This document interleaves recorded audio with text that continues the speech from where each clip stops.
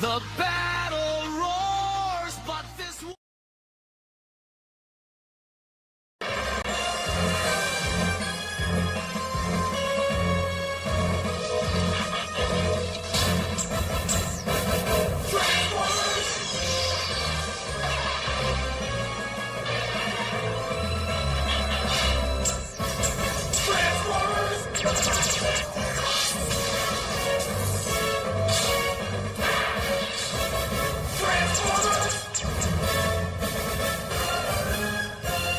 And now, through the magic of the Cybernet Space Cube, the computer-enhanced podcast of the future, Transformers Slag Podcast.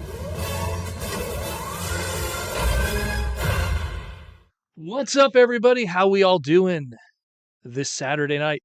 So Transformers Slag Podcast Center live stream main event. I'm your host, Protoman. I'm the face that runs this face. I'm the voice you hear Monday to Friday.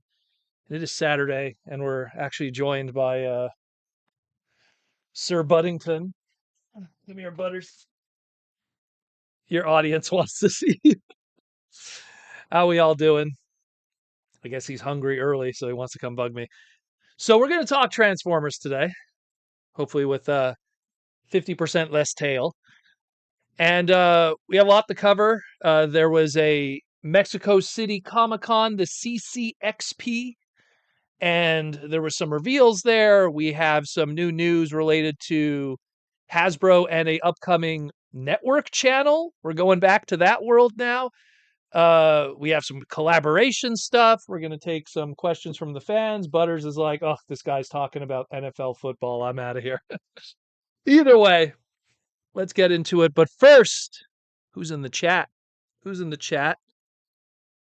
Rudy Mack saying, happy belated birthday to James. James, happy birthday. When's your birthday, James? How you doing? We got Rodimus Supreme. How you doing? We got Young. You're not at the Gundam store. Actually, they probably closed 2 hours ago. So yeah, I guess you're back from the Gundam store. Operation V in Montreal. Go check them out. They're not sponsored. I just want to support a cool Gundam model kit shop here in Montreal with some cool people. They're going to be doing a Gundam TCG event on May 1st. I think that's their latest event that they're having. So on Friday. Flatline Girl, one of my patrons. How you doing? Tom Laney, what's up? Let me grab my mouse for the second screen so I can see you guys proper. Decepticon for life. What's up, my man? Patrick Brown, how you doing? Who else do we got? Lizard Sphere X. What's up? Princeton Phalanx. We got Ninjatron. How you doing, Ninjatron? Good to see you. Can't wait to see you in a couple weeks from now. Rudy Mack, I already saw. I got to make sure I get everybody. Rodimus, I saw. Cringe McCringle, what's up, Cringe? Put up a new YouTube video on his channel. Go check it out. He talks about the legend scale of the Michael Bay movie era of Transformers. Go check that one. Transformatics, one of my patrons. Roman, what's up, man? Y. Everyone's slowly piling in now because it is go time here on the Slag Podcast. So we're going to cover the news. We're going to talk about some stuff. And even pulled out some things too because Aaron Archer did a live stream yesterday and made me want to dig up some stuff from the archives of the non-Transformer room. So let's first get into the news. And then we'll take some super chats from you guys and then some. So first up, of course, let's talk about this Hasbro network that they're thinking of doing here. So Hasbro back in 2008 did a network television channel called The Hub. It was probably the Hub's greatest claim to fame, in my opinion, at least from a Transformer fan, was because it was all in HD. It was the first time that Transformers animated episodes were available in HD. If you bought the old DVDs of Transformers Animated, they weren't in HD widescreen format. So that was probably the best thing for, at least for me, for the Hub. But otherwise, there wasn't much going on. And less than 4 years after the Hub's inception, it was discontinued. It just didn't work in that market. I don't know. Hasbro doing a channel dedicated to all their brands, I get what they were trying to do, but at the same time, it's like, was there a market for it? And this was in like the early days of streaming really being, a part of every home and YouTube not overtaking Netflix yet. But now, streaming is everything. Network television, I mean, that's what old people do. I don't want to sound mean, but I mean, I haven't sat in front of a television and watched network TV with the one rare exception, and that's probably during New Year's when the TV just happens to be on and they're doing the drop of the ball, and it's midnight or something with friends and family. That's about it. Maybe a hockey game. I can't really think of anything else. If I'm in front of my TV, it's to play video games. Like and I'm supposed to be considered the old guy. I'm the dude in his 40s. So what are the people in their 30s and 20s and everything doing? Was it 2010? I don't remember. I remember it was around the time when animated started. But all I remember was 4 years after that, it was discontinued. So I guess, yeah, you're right, because it was 2014 when it was discontinued. Either way, it's something that today I don't know. I mean, the only thing I could figure out is, so this Hasbro Legends thing, it's being done through the Heartlands Plus cable package. So I'm going to assume that they probably licensed it out and someone else is doing this. Like, this isn't Hasbro shelling out their own money to make this thing happen. I imagine this is them licensing out to somebody and someone's just thinking they're going to make money off of something that we could get on Tubi for free right now. Like, no joke, if you have Tubi, I mean, everything's there for free. Oh, yeah, you got to listen to some commercials and stuff. But is this going to be any different than a network licensing television channel where you're going to have like ads for like a whole bunch of medical stuff, which is always blows my mind with American television, you know? Does your kneecaps itch? Then you might qualify, sir, for Pertinkana. May cause anal leakage, death, headaches, death, more itchy knees, and more death. Like I don't get it. I don't get it. The only explanation logically from the business side of it is Hasbro convinced a bunch of people to pay to do this, and they're just licensing out Gem, Power Rangers, G.I. Joe, Max Steel, Transformers, and the odd the odd one-shot episode of this and that didn't work out. That's the only way I could see it. But it's just, I mean, I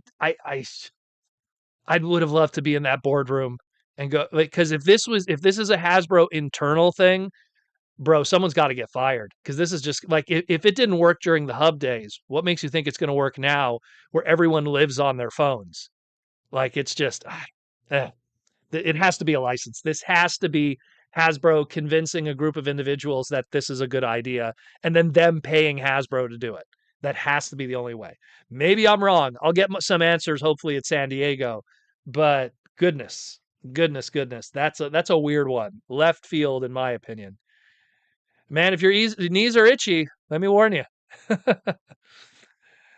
You know what, T-Formers? Every time I go to a TFCon in the USA, and the television is on in the room, we're doing a parts party or whatever, and that's all I see. And I'm always like, man, that's crazy. But again, I'm not a big TV person, so maybe that's just always been the norm. I don't know. I don't know. Anyways, going from one American thing to another, let's talk about some football. So, an update to our original segment that we did on Tuesday. So now there's a little more information here that's a little more clear with the second wave of these NFL collaborations. So wave 1 had 4 figures. Wave 2 had 3 figures, which I found perplexing. Actually, how the case assortments are going to work is it's actually 2 figures. It's going to be the Blizz Herd, which is the Buffalo Bills one, and the Gold Rush, the San Francisco 49ers one.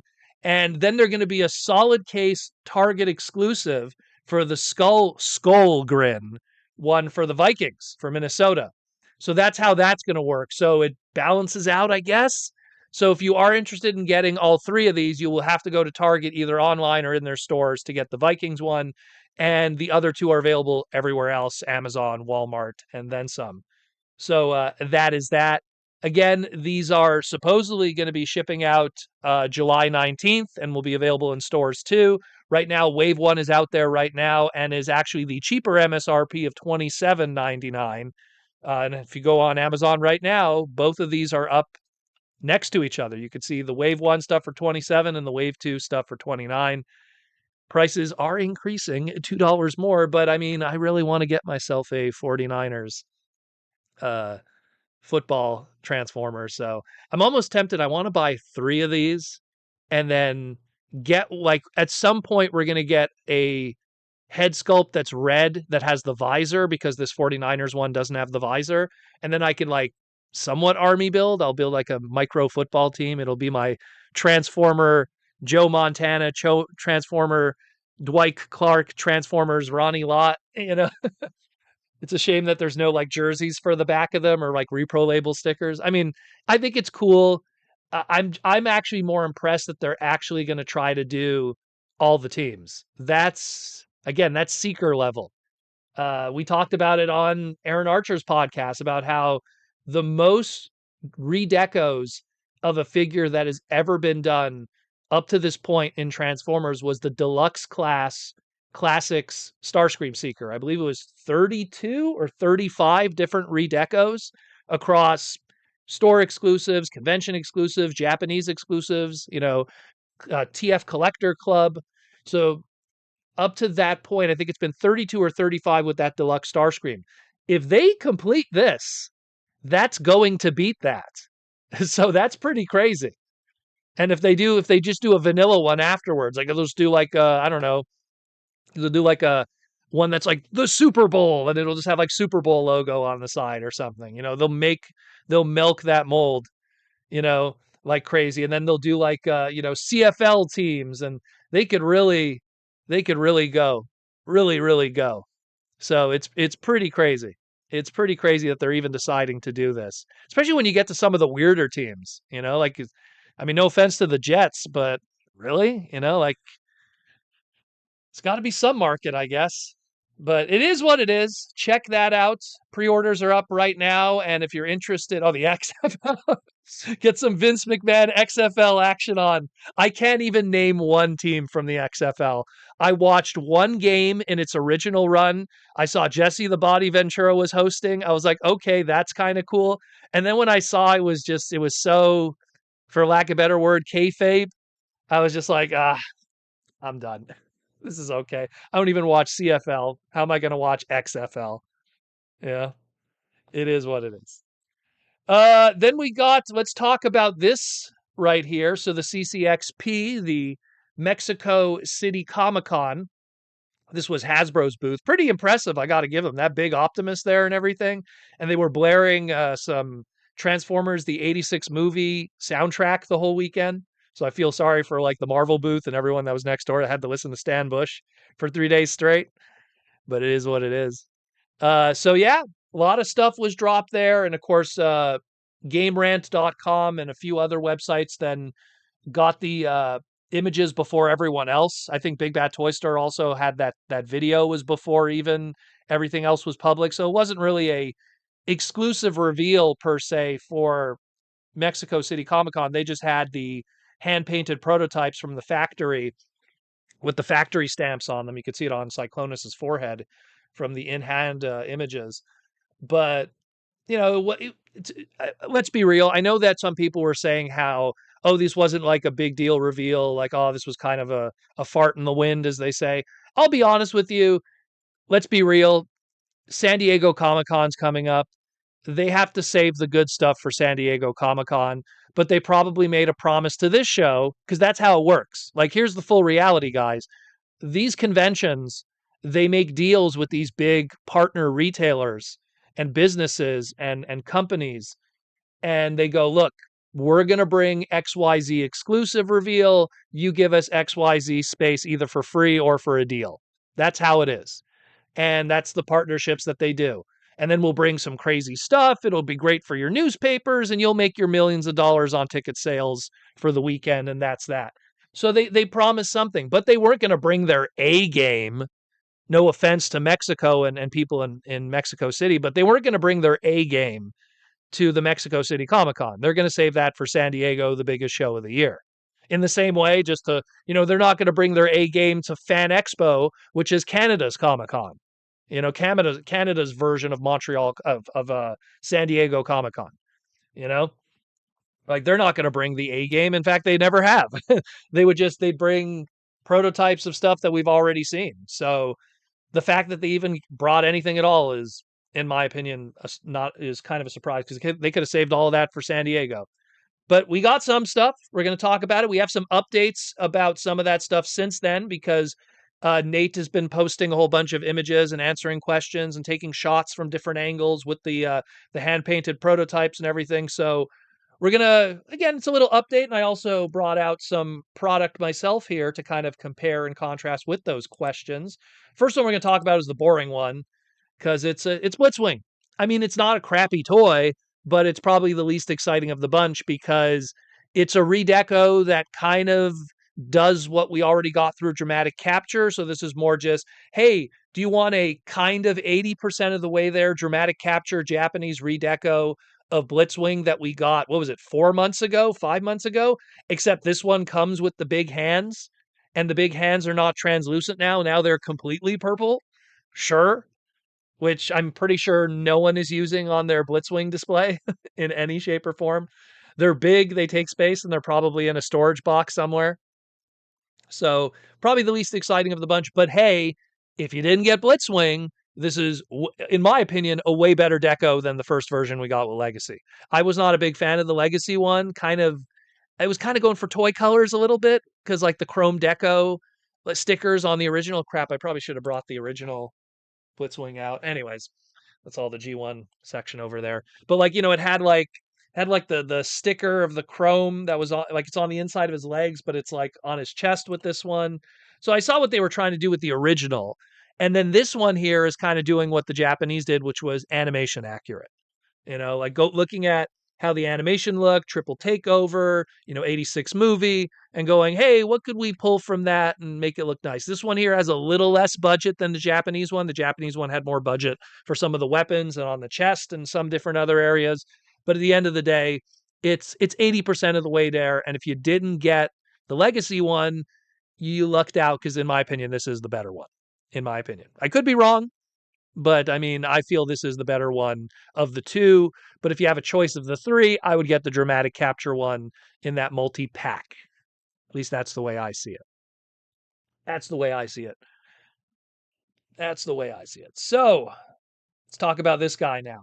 So this was the one that I didn't expect to be the big conversation and discussion, but ended up being probably the most important of the bunch, because I mean, mine isn't too bad. You could kind of see a little bit, but again, Canada, climate control, it's a basement, it's cooler down here.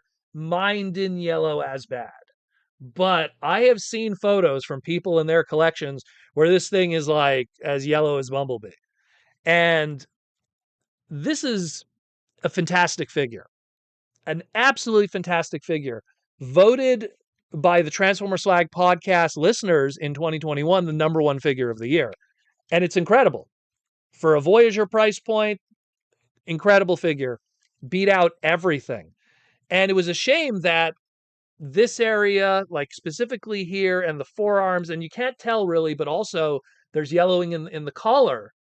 Those three areas suffered terribly from yellowing. And it's no surprise that those were the areas, as well as some other stuff, that Hasbro retackled to kind of make a different tooling. And man, I'm impressed. Looks really good. They got rid of, that combat system pegs that were going on there. They got rid of that one there too. They left the one on the chest there, which I don't know, maybe someone could just, sand that off and everything. But, they did a lot.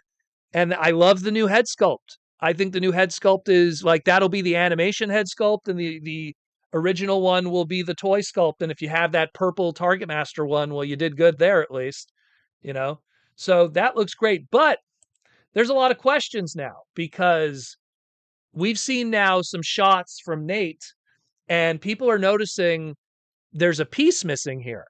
Now, to right away address one thing, because some people are thinking maybe it's mistransformed, right? So for people that aren't aware, if you look at that middle image there, where the back of the jet mode would be the space jet mode, the back guards that were the boosters are absent.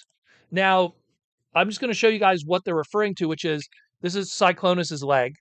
If you lifted this piece here, you would have a jet booster that was on the back. That was the guard that they're referring to. If it was mistransformed, you wouldn't be able to close this. This piece would have to be completely missing, which we'll do right now. If I could remove it without breaking the figure. Okay, I can't, but it is actually, it's on a peg, which you can technically remove. But it's something where you would not be able to just mistransform it and put it like that. So something is clearly up there. Either this prototype from the factory was misassembled and that piece wasn't put on, or those are completely missing. I'm going to say it was misassembled from the factory because this is on the mold. Like, unless they completely forgot to put that in every single version, but when it's injected, it's there. So how would hundreds of Cyclonuses be missing, those pieces? Let's just we'll do a live transformation right now, you know? So I think it's just what Nate has here at the show from the factory was probably just misassembled and a piece was missing. I could speak from experience because at San Diego Comic-Con, I think all of their display figures that they had for the retro reissues were either missing a gun or they were missing like a piece here or there, but they didn't matter because they were just going to show the robot modes. But that always happens. They just get something from the factory, stuff gets lost, stuff bounces around. So I think that that's probably what happened, because for it to be completely absent, like when it's on the mold, like that's kind of silly. So it's probably there. It's just this one that they have in hand again, and this is the factory prototype. If you can't see it in this image, but if you zoom in on the forehead of Cyclonus, which unfortunately I don't have here, just have his face, it clearly has the factory uh, product numbers on them. So that's what's probably going on. That's what's probably going on in my opinion. But I mean, let's say hypothetically it doesn't come with them, then here's another reason to take your Cyclonus that you have before and then gut them of these, and then you could transfer them on. Yeah, it'll be a different color of purple, but I mean, at least it'll be something. But I think it's just a factory mistake. I think the final product will have it. And another prediction, as someone who runs the TFCon charity auction with Ian, I think a lot of these are going to be donated. This is probably going to be donated en masse with that new Cyclonus coming, because there's always certain patterns every single year. So we'll see what happens with that. But that's another one too. But we got a side view of the gun. Again, let's just get Cyclonus here. Here is the original gun, a little longer, giggity. And the wings are a little more pronounced and stuff. Still does the 1mm peg blast effect thing, but this one is supposed to be more screen accurate. Apparently, it's not painted 100%. This test shot one here, which again adds to the fact that this was probably just a factory rushed thing. But otherwise, it looks great. 100% an upgrade, especially if this thing doesn't have any yellowing at all. Because I'm worried, because I'm looking at those legs and I'm like, hey, remember Cyberverse RC, her deluxe class? She also kind of turned on us. So, but if this thing doesn't yellow, I mean, that's the end of Kingdom Cyclonus. His market is going to take completely tank, and this is going to be the go-to. And if you want like that head sculpt, you're better off getting the Target Master with Nightstick Cyclonus, if anything. So it is what it is, but it's looking good. I like it a lot. I really do. And then we got Cliff Jumper. So here's another one too that people were excited about until it became pretty clear how the tooling is working when it comes to the colors and the sprues of the figure. And by being part of that Bumblebee tooling, which I'm not going to reach for the Bumblebee one, but I have good old Bumper nearby who is exactly the same loadout, yellow here, yellow here, yellow here. it's to keep it true to the original Bumblebee animation model, Fleer O'Deary. Same thing with the yellow crotch. But if you have gray here and gray here, you're going to have gray here and have gray on the collar, which then as a result becomes the gray in the alt mode, which has that weird gray spot there.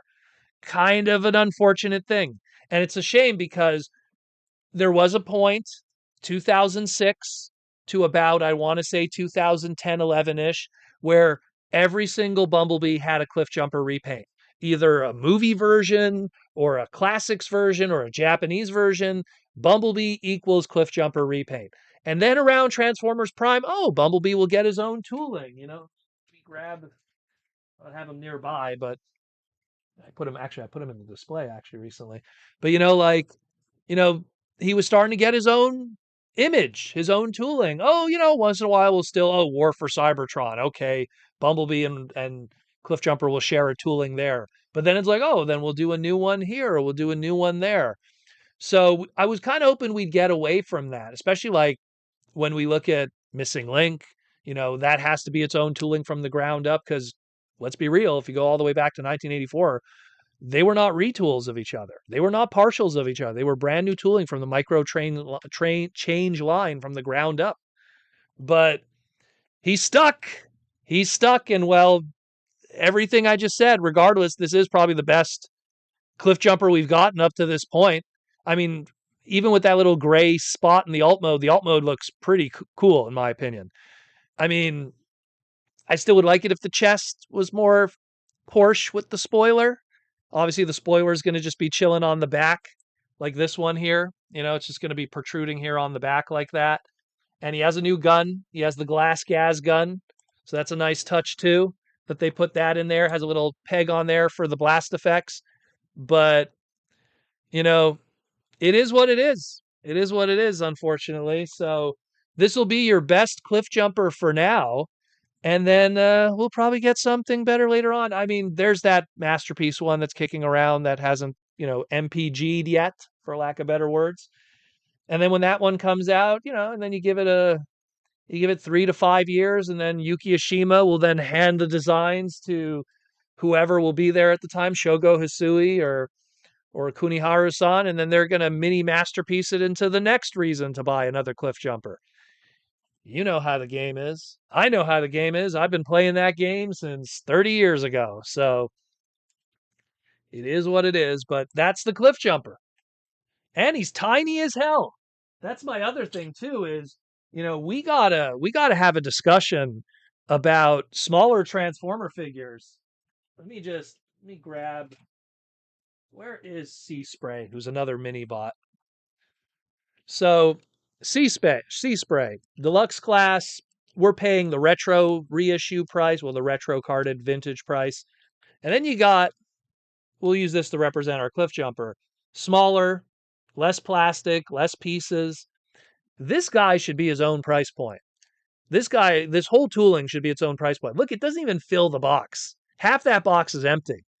They should have had, like, I don't know, Hasbro, tell some retailers, hey, we don't have Legend Scale, we don't have Core Class, we're going to do something that's a smidge smaller than that, whatever you want to call it, Cyber Class, make some silly buzzword from one of your guys in your ivory tower. But there has to be something, because to pay $27.99 for that's kind of, I don't know. It's not a Core Class. It's definitely not a Legend Scale, but it's something that was like in that Beast Wars era of when they had regular class, because you had regular, deluxe, mega, ultra, and then they had optimal, super, if you want to call it. They didn't really have a name for that initially at the time. The Optimal Optimus was that super scale, which was a one-off at the time. But it's something where this is like that regular scale, which was like what Rat Trap was, or Razor Beast, if you want to go with that one. Quick Strike when you go into the Fusors. Like, it's just, I don't know. Look, I love Cliff Jumper. I love the mini bots. Cliff Jumper, Brawn, those are my guys. Huffer, I love them. They were the cheaper ones, and as a kid, those were the more affordable ones to pick up. And it's just something where man, like to pay $27.99 for something that clearly shouldn't be that, and it's not even going to be the best version. Like there will be a better one later on for sure. I don't know. And you just totally know Japan's gonna like do a reissue of this too, and they're gonna figure out a way to get rid of that gray area because they're gonna literally do their own sprues because they don't care. Because we've already seen unpainted plastic areas and gang molded areas that have been fixed on Japanese releases because they're willing to pay a little more to make that perfect. So you totally know that Japan's gonna do a 2-pack with Hound, and they're going to give him the bazooka also, and they're going to call it like Sabertron Espionage 2-pack, and it's going to be fixed up and everything. You know that they're going to do something like that. They always do. They're going to take that Hound that we got from the Studio Series, not the Studio Series, yeah, Studio Series 86 movie collection. They're going to take that Hound. They're going to put the Cliff Jumper with it. Sniper Megatron Recon Mission Episode 1, More Than Meets the Eye. They're going to do something like that, and then they'll fix it. And then people are going to be like, oh, well, damn. Yeah, the blue windshield, totally Tom Laney. That's the irony, too. Marcello Mattieri's box art here has a blue windshield. And to Marcello's credit, Marcello is given, early prototypes long before the final product. So sometimes he doesn't know how the final color decos work out. But even Marcello's art on the box here has the blue, the blue. So look, it is what it is. It is what it is. You know, it is what it is. Look, if you've been in this game as long as I have, you know that it never ends, to quote Simon Furman. There's always a better figure around the corner. And if anything, we're just buying, for the time being, what we think is the best version until it isn't. So, yeah, but I still dig it. You know what? And it's something, even if you told me there's going to be a better one later, as someone who loves collecting Transformers and having all the different versions throughout the years, some people, if they look on my Instagram, you'll see like I'll put all the different repaints and redecos and better versions throughout the years of the same character, almost to kind of show the toy evolution. I love, the history. I love the whole science of it, the business of it, the engineering of it, the designs. So we'll see. We will see what goes down. But $27.99. That's the only sticking point with me. And you guys know me. You guys know me. I like to save money on this hobby. It's an expensive hobby, you know. Aaron Archer was just showing off something on his live stream, which we'll talk about in a moment, of something he bought for $100. And I'm like, man, that is cheap. A leader class, if you buy it here in Quebec, in Montreal, is easily over $100 after taxes. Like that's Tuesday as a Transformer collector. Oh, you want Onyx Prime? Oh, you want Megatronus? Yeah, cough up 100 Canadian easily. So, 27.99 USD. So Canadian, gosh, what are we paying now? We're paying almost $45 Canadian. So almost $50 for a deluxe that barely fits the box. That's half the box is empty.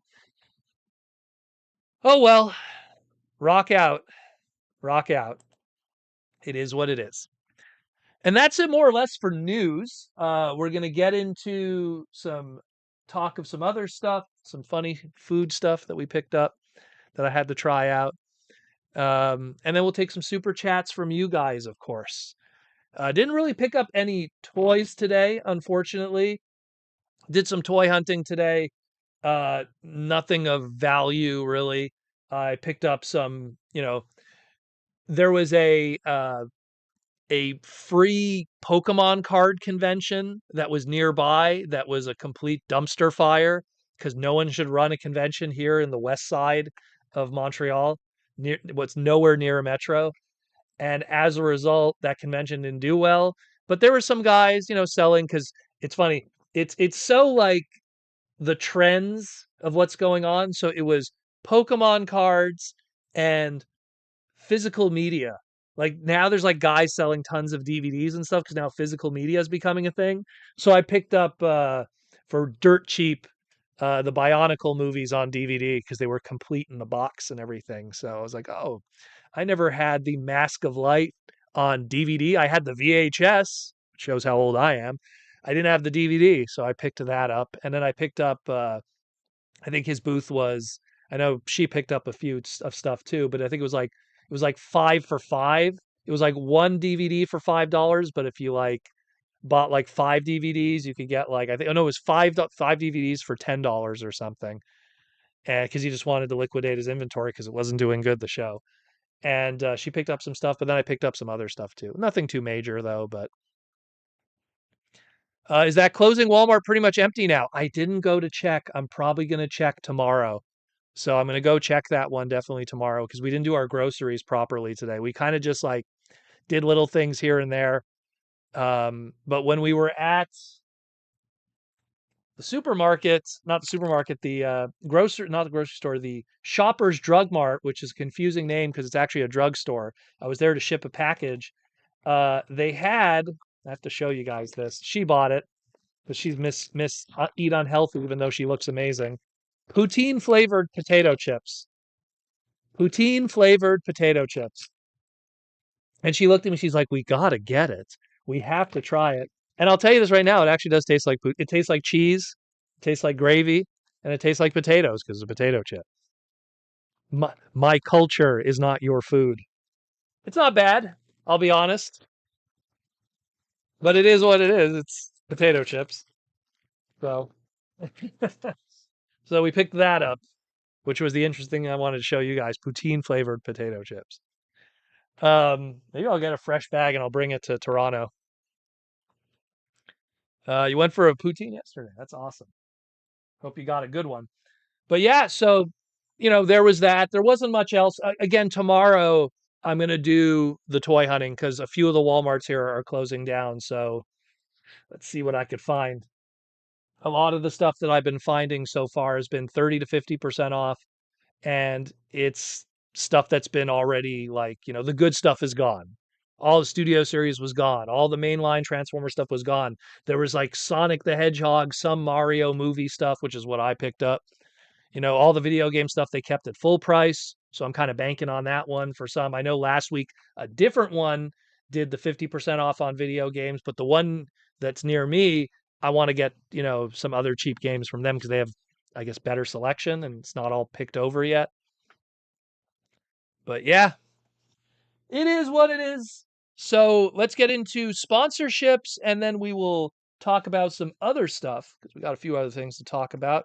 So first, Symbiote Studios, I'm rocking today the Starscream one that they got on their website, symbiotestudios.com, plush pins and t-shirts. Next time you will be seeing Symbiote Studios on a epic level will be San Diego Comic-Con with a brand new San Diego Comic-Con exclusive reveal. We'll keep you posted with that one.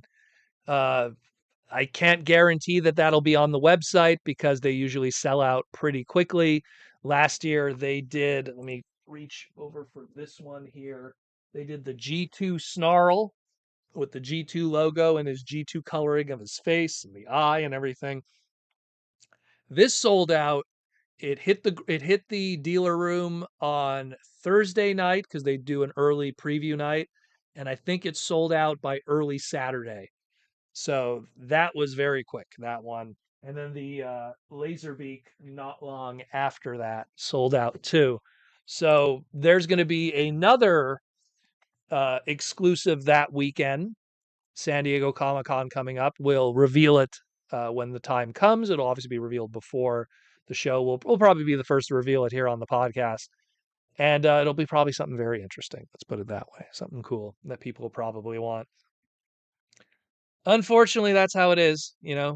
500 units made, and then if it sells out, eBay is the only way. And I'll tell you this right now, if you really want to get it and you're not going to San Diego, eBay is probably the best way because we have tons of people that come by the booth that are clearly buying them to put on eBay. San Diego Comic-Con is not a cheap convention to do. The tickets are expensive, everything's expensive. If I was someone going to San Diego Comic-Con actually paying for the ticket, obviously I'm there as a guest, if you will, because I'm a creative person in different avenues there. But if I was paying my way in there, I would do the same thing. Oh, that exclusive is going to be very popular. Okay, I'll buy it, put it on eBay, and it pays for some of my expenses. I used to do that with Bakon back in the day. I'd buy my Bakon box set, and then I'd buy an extra box set, and then put it on eBay. And that box set was $350. It would sell on eBay for $750, sometimes $1,000 if it was a really good box set. That paid for my whole weekend. Hotel, flight, You got to cover your butt, you know? Got to make sure you don't go broke with all this stuff. So that's the way I see it. So there's that's going to be happening. Of course, you have all the other stuff that's happening with Symbiote Studios, but these are the new ones on their website right now. They have the Catnip Bravo Starscream as well as the Catnip Bravo Starscream t-shirt. You have the new swoop that's out. You got the Laserbeak, which is probably the hottest item that they've done, the shoulder sitters. I know a lot of cosplayers that have been picking that up, and that's kind of their go-to item. And then, of course, you got their My Little Pony collection for all you bronies and non-bronies. And the pin collection, that's all there too. I have to say, probably My Little Pony is their most popular stuff. Because at San Diego, whew, let me tell you, that's the first thing that sells out. Even more than the Transformers is the pony stuff. So if you like your pony stuff. And their Magic the Gathering stuff. No Magic the Gathering plush yet, that's for sure. I don't know, maybe a Jace the Mind Sculptor. Who would be if they had to make one plush? Who would work? Who would work? Liliana of the Vest, a plush of her. Jace, I do not know. Urza, would you want a plush of an old man with a stick? The Planeswalker himself. I do not know, but that's another one too. And of course, the Toy Armada with Aaron Archer. So the new segment has been up for a couple weeks now, has been performing quite well. We talk about the deep history of Transformers classics, the most important modern Transformer line that has ever been made. And Aaron recently did a live stream. Go check that out too. Talks about some cool product from He-Man, some exclusive cool He-Man products. Talks about quickly the Age of the Prime's Jetfire because he worked on the original. So he kind of addresses that one too. A lot of cool stuff. But one thing that he talked about some childhood toys. So this right here, the Kenner Ed 209 or Ed 260, as it was called, 260 or 280, whatever the cartoon called it by Sunbow Productions. This is my childhood one. Now, Aaron, he said he was 16 when he got this.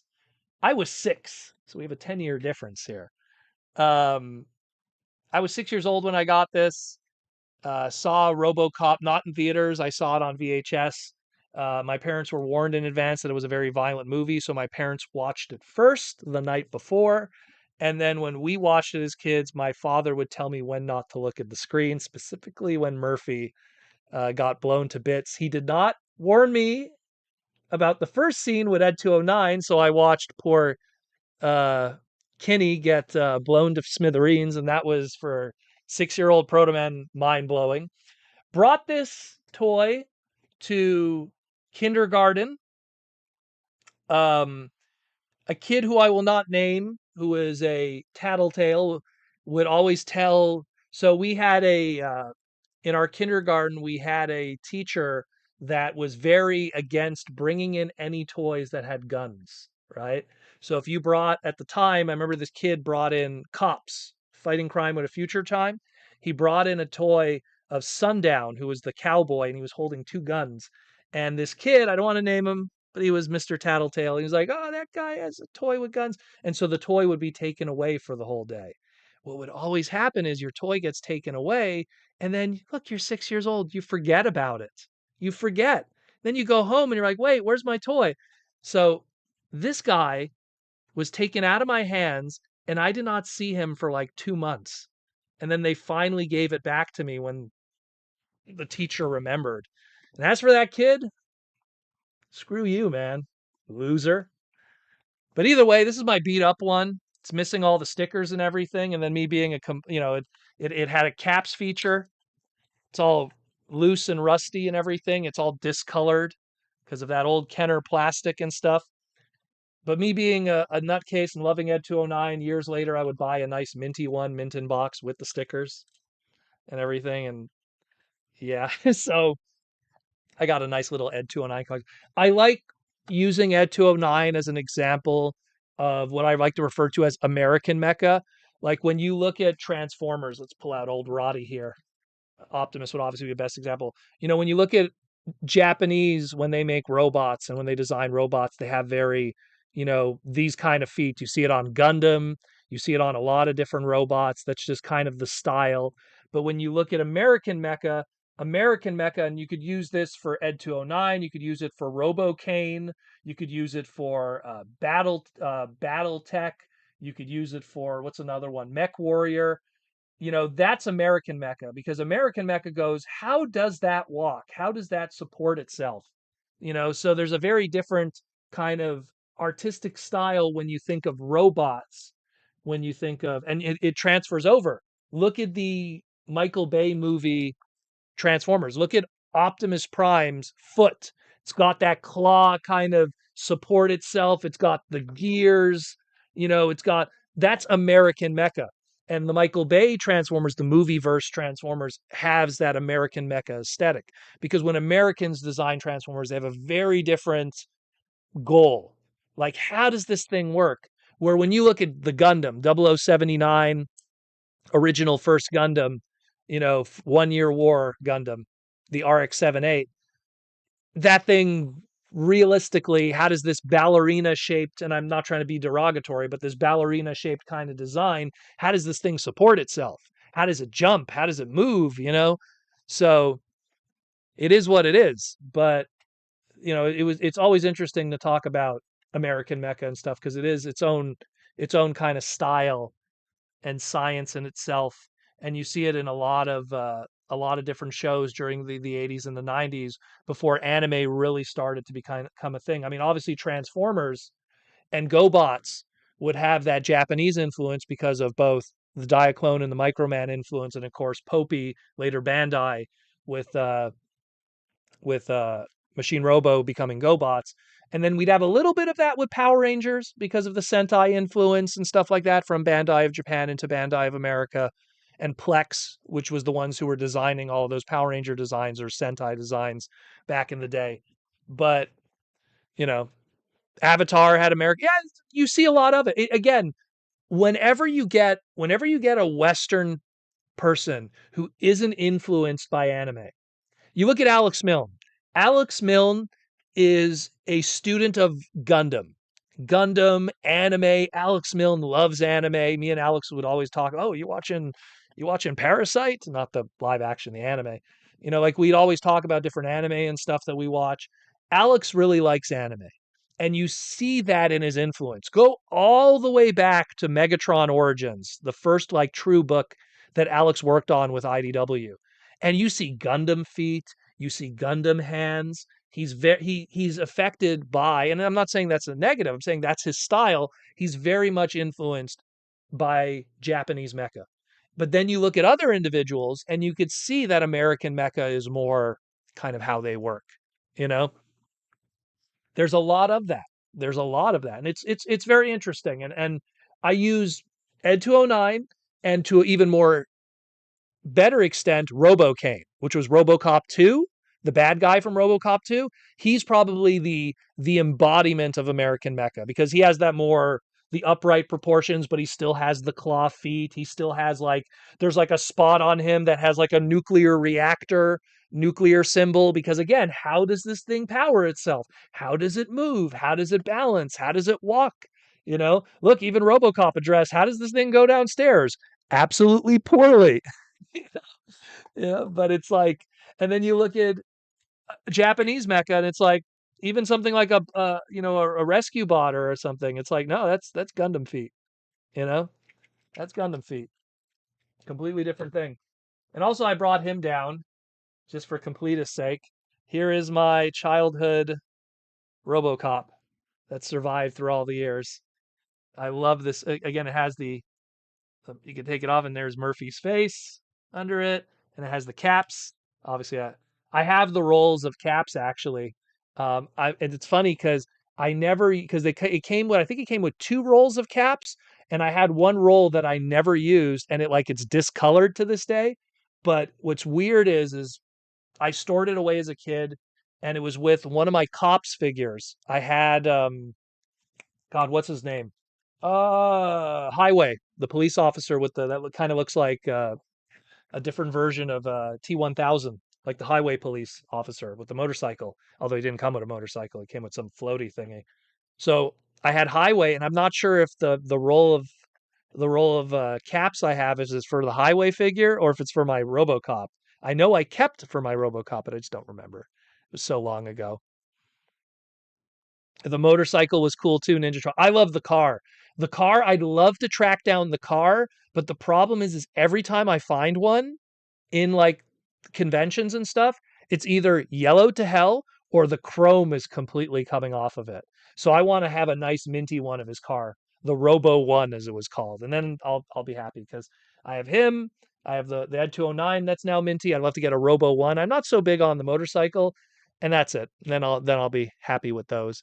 I have a nice little I have a nice little Ed 209 RoboCop collection, just a small one because I love the first movie and have a lot of nostalgia for that.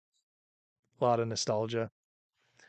Uh, TFCon Twins, the Predacon Anniversary Multi-Pack, has card back cutouts of 1996 toys to be used. Just made the whole pack more worth it. Oh yeah, I mean they're gorgeous. They're gorgeous, and we're getting a maximal pack to mirror it for sure. I just like that it's a extremely affordable and cheap opportunity for people to get a version of those Beast Wars Again molds and those decos because the Beast Wars Again ones were really expensive. I bought just the Optimus and Megatron, and I was like, I think it was $150 for both of those. And I was like, whew, if I keep this up, I'm going to be poor. So I kind of like dialed it back. And then now there's this that's like a fraction of that, and you get all of it. It's like, man, what a great deal. Anyone who didn't pick that up, I'm telling you, that thing's going to go up in value later because people are going to regret not picking that up. Because a lot of those, talking about Cliff Jumper, a lot of those are the Apex versions of those characters. I think they could do a better Cheetor, but I don't think they're going to do a better Scorponok outside of a masterpiece. I don't think they're going to do a better Waspinator. I don't think they're going to do a better Pterosaur even. There's only so much you could do. Now, if they do masterpieces, it's a different story. But in terms of retail, I think we're pretty much at the apex of some of those characters, especially the primal and some of them. Like they're about as good as they get. Anyways, we kind of went off topic, but yeah. So Aaron did a live stream. So when you're done here tonight, go check out on the Toy Armada. He did a live stream. He talked about um, He-Man stuff. He got this cool exclusive He-Man stuff that I'm not super in the know of, so you could check it out. Really cool, rare He-Man stuff he was showing off. He was talking about Jetfire. He was talking about movie stuff and planning and everything. Go check out that segment. He's back doing at least a live stream for the time being, so check out that segment also. And again, if you want more Aaron Archer, he has the Posca paintings. The Zombie Cliff Jumper is still available on the website. We got the Rodimus, we got the Unicron. They're all on there. Go own a piece of Transformer history, one of one, painted by Aaron Archer. He will not be at TFCon Toronto. He's busy working on special projects and with the family. So he will not be at TFCon Toronto. Orlando is a possibility. So if you want to get some some Aaron Archer art, you're going to have to get it online from archermonster.com/shop for the time being, because there's a lot of stuff cooking behind the scenes with Aaron. I'll leave that for Aaron to talk about when the time comes. One of them was publicly put out, which was the Icons Unearthed series, but he is working on other stuff too.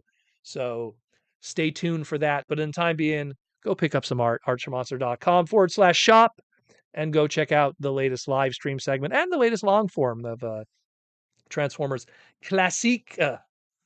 So check that out and support the man who made your childhood.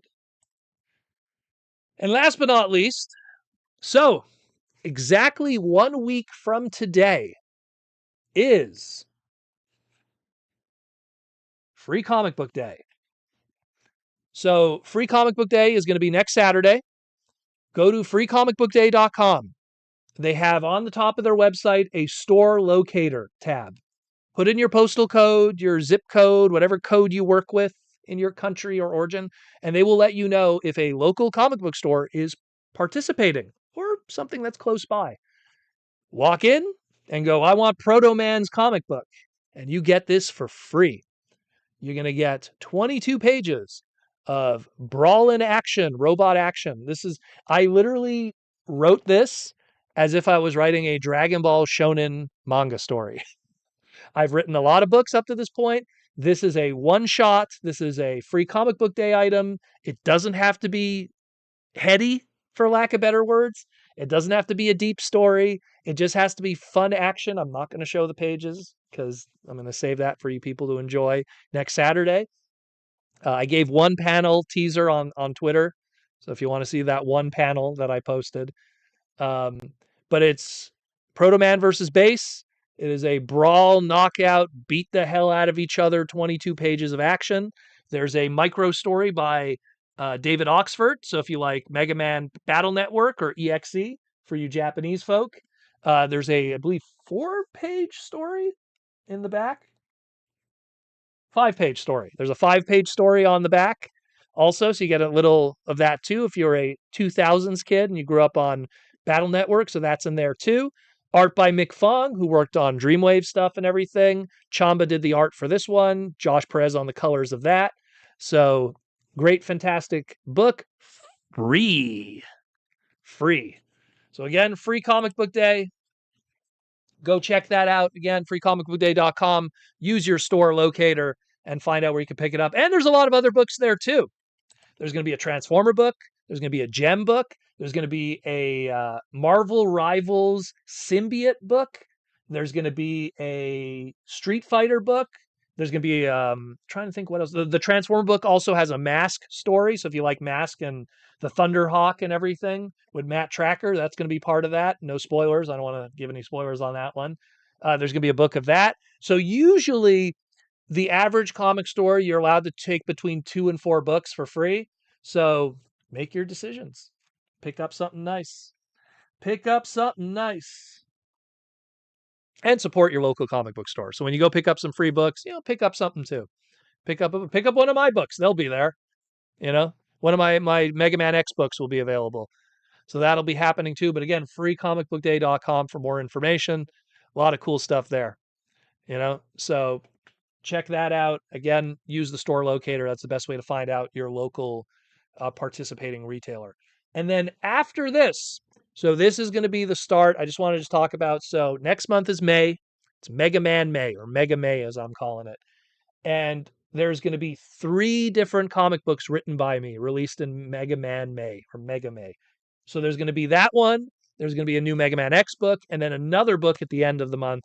And in between that, there's going to be all kinds of, Mega Man art books that are going to come out and all kinds of stuff. So stay tuned for that. We're going to keep you posted on that on my Twitter if you're interested. I'm not going to bombard you too much of it here on the podcast because this is a Transformer podcast, but check that out too. So that's also popping off, and this was a really fun one.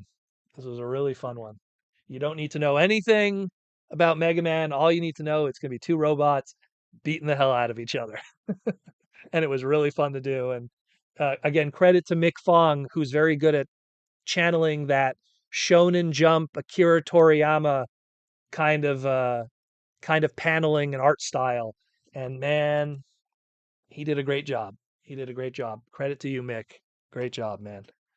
So that's it, more or less, for stuff. Aside from that, again, didn't really pick up anything. Didn't really get much. Again, we're going to do everything tomorrow. We're going to do grocery shopping and stuff. So, and then I'll see what's happening at Walmart and check out the toys, the nice toys and everything. But we'll open it up to some super chats with you guys.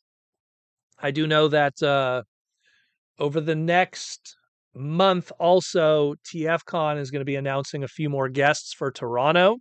So if you have not decided to go to TFCon Toronto yet, definitely get on it.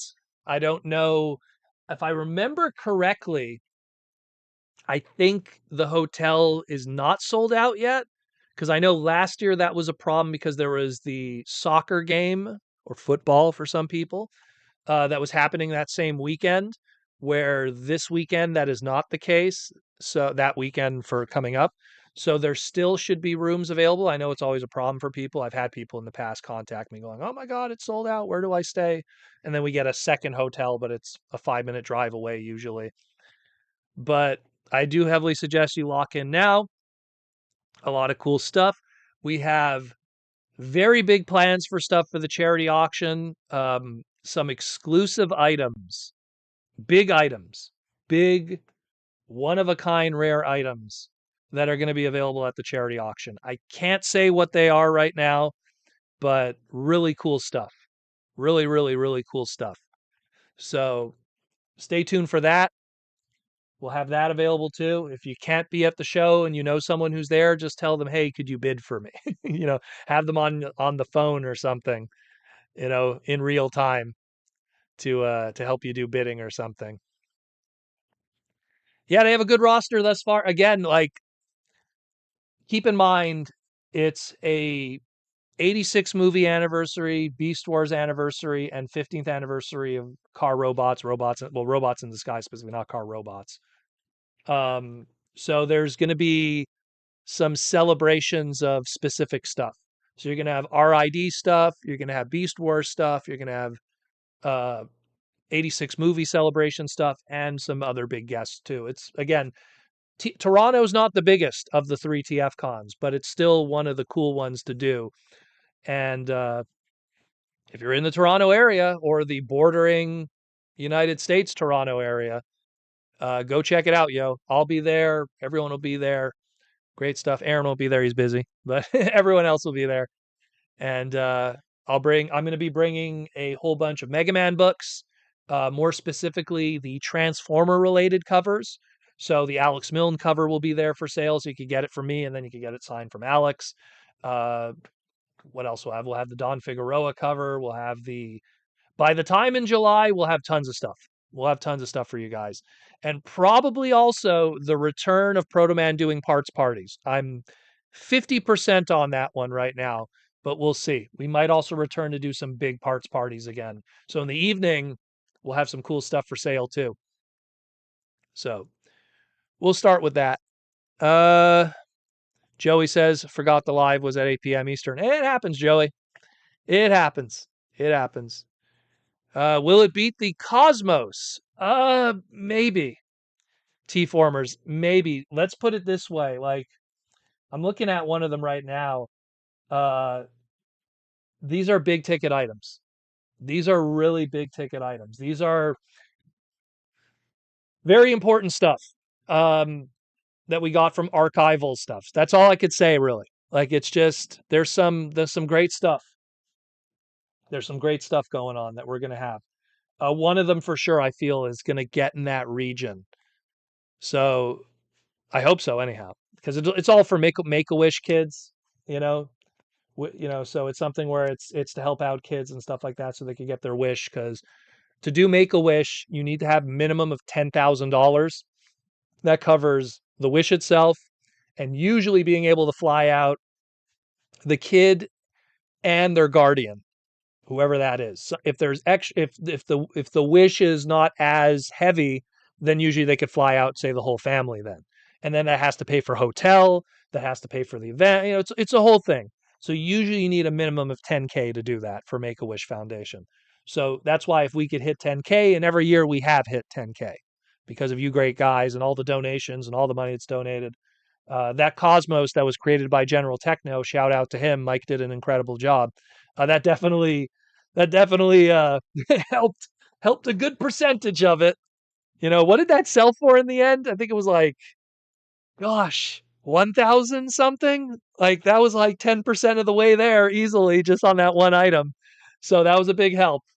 If not 15-20%. I just remember it went for a lot. But what we got a few really good items. We got a few really good items, and I can't wait to unveil those when we get to Toronto. So it's going to be very exciting. $1,000. Wow. So again, 10% of the way there. So that's fantastic. You know, that's fantastic. This one too. Again, I don't want to spoil it, but it's a big one. It's a good one. You know, it's a good one. Uh, this isn't like, just stuff that anyone could get, you know. that you could just go on eBay and find it or something. So there's a lot of this stuff. So and we've been cooking with it for a while now, that planning this for the next charity auction, because we always like to have like some big ticket items that are worth being there. That way, there's just something that people could get excited about. Obviously, like in the past, the get into the dealer room 30 minutes early ones always do well, but this is something that looking forward to. Looking forward to you guys seeing that one. Get someone to dress up as Blur to do the auction. Hey, we had John Machia did the charity auction one year. There has to be footage of it somewhere because he did it. We had Dan Gilbazin do it one year. He was pretty good. Dan was pretty good also. Dan Gilbazin we did one year. David Kay did it for like, I think he did it for like, because it's a 2 hours. He did it for the first 30 minutes. And Dan Gilbazin, when he did it, he brought even some stuff from his own personal collection and he signed it and everything. I believe Gary Chalk did it one year with us too. I forget. I think Gary did it with us also, but it's not easy to do. It's not easy to do the charity auction because it's 2 hours straight, nonstop. And for voice actors, why would we do that to their throats? But Dan Gilbazin, I remember he was in it. He was in it for a good amount of time, but John did it too, and he's made for charity auctions or auctions in general. So Keith Former says, great opportunity to get autographs for those who have passed. Yeah, well, I just want to say that's always a strategic move. I'm not going to say who always plans that every year, but let's just say there's a bunch of autographs that are always mined every year and then kind of held on to just in case. It sounds cryptic, it sounds mean, but just remember, we do this to help kids, terminally ill children. So when we get those autographs, it's like, ooh, so and so is 95 years old. Probably ask him for like 5 autographs and we'll kind of sit on them for a bit. And it might be we might be helping some children later. Thanks a lot. So and so, who I don't want to say who was one example that I could think of, but it is what it is. But it's all for a good cause ultimately in the end. The charity auction is so fun to do every year. We've been doing it since, gosh, when was the first one I did? Oh my goodness. When was the first one? We did it for so long though. I think it was 2015, 14. I think it was 15 was the first one. And it's always been an absolute slam dunk. And you guys are amazing. The stuff that you guys donate every year. Every year, Ian's like, "Well, I don't know if we're going to get a lot of stuff." And then every year, we're like, "Okay, we need to shut up. There's too much stuff." Like we always do so well. And even the non-transformer stuff, like look, the non-transformer stuff that people bring, like some guy donated like his Warhammer collection, and we sold that. I remember it was like it was in boxes and 2 bags. And I remember Ian's like, "What is this?" And I'm like, "Oh, dude, this is Warhammer. This is going to do well." It sold for like $130. Like that did very well. And it wasn't like a lot, but it was all pre-painted and stuff. So like someone donated his Warhammer stuff that did well. Someone donated, what else did they donate? There was someone that donated it was a Sailor Moon DVD that was like out of print, and we sold that for like $70. So like even the non-transformer stuff, it has a market. People buy it. So it does well. So even if you don't have transformer stuff to donate, if you have like non-transformer stuff that is, not broken and it has some kind of value, donate it. We will gladly take it because we always need to find ways to get to that 10K any way that we can, And look, if you donate it, we give you tickets. We do the raffle. Again, shout out to TF Source, Chosen Prime. Who's our other sponsor that gives the big stuff? Oh, B&K Toys. Sorry, B&K Toys for forgetting. And Tidarium Toys. Those guys always donate like, here's a big masterpiece, here's a big Titan class, So they always donate. So when you guys donate to us, we give you tickets. And you know me, anyone who's gotten stuff donated to me, I just like give you, oh, here, I'll give you 10. But what I do is I'll be like, oh, this is a really good item. I'm not going to give you one ticket. I'll give you 10, like because I already know in my mind like the value. So like I appreciate when someone donates something good, where if someone donates like a bot shot or something. I mean, yeah, like, this guy here might go for like 20 bucks, but if you donate like one bot shot, I'm gonna give you one ticket, like, but if like you donate a one item, but it's a really good one item, don't worry. I'm not just going to give you one ticket. I'm going to give you some good tickets to hedge your bets there. T-Formers 2002. I don't just don't let Colin run it. Last year was a riot watching him try. Well, again, Colin's energy is not my energy or Ian's energy. It's look, not all men are created equal. Some men have other talents in other areas than others. Me and Ian are energetic, talkative individuals. John Machia, voice actors. I think Scotty do 1 year for us? Scott McNeil. I think Scotty did 1 year for us too. But that's what you need for a charity auction. And I mean, look, you guys have to understand the charity auction goes for 2 hours. 2 hours before that, I'm still sorting everything too. Like I'm sorting everything. It's like I'm going like 4 hours straight of just uh, it's crazy. It's nuts, but it's fun. I really like it. It's fun to see the stuff that people donate because it's like to me, like, again, it as someone who's all about speculating on the value in the Transformer world, it also is a way for me to see what's important to people. Like, oh, hey, here's combiners that are going to be the new combiners for legacy and stuff. We're going to get aerial bots, or we're going to get this for Age of the Primes. And then what gets donated? Oh, here comes Combiner Wars aerial bots. People are donating them. So it's always funny to see what gets retired. Colin donated his like third party Omega Supreme when they made the Siege one. And that thing fell apart. But it's always fun to see that, and it's always cool to just see what people donate. Even the non-Transformer stuff, I appreciate it. I appreciate people when they donate the non-Transformer stuff because it still finds a market. People still buy it. Like everyone here is a Transformer fan in the chat, but they're also a fan of something else. Someone donated, I remember Zelda figures, the SH Figure Arts, because they bought like a newer version of Tears of Kingdom, and they didn't want the old version of Breath of the Wild or something, or was it Play Arts, one or the other. So they donated that, sold that for $80. Like I mean, it is like it's one step closer to that 10K, and every sale helps the kids. And to me, that's always important.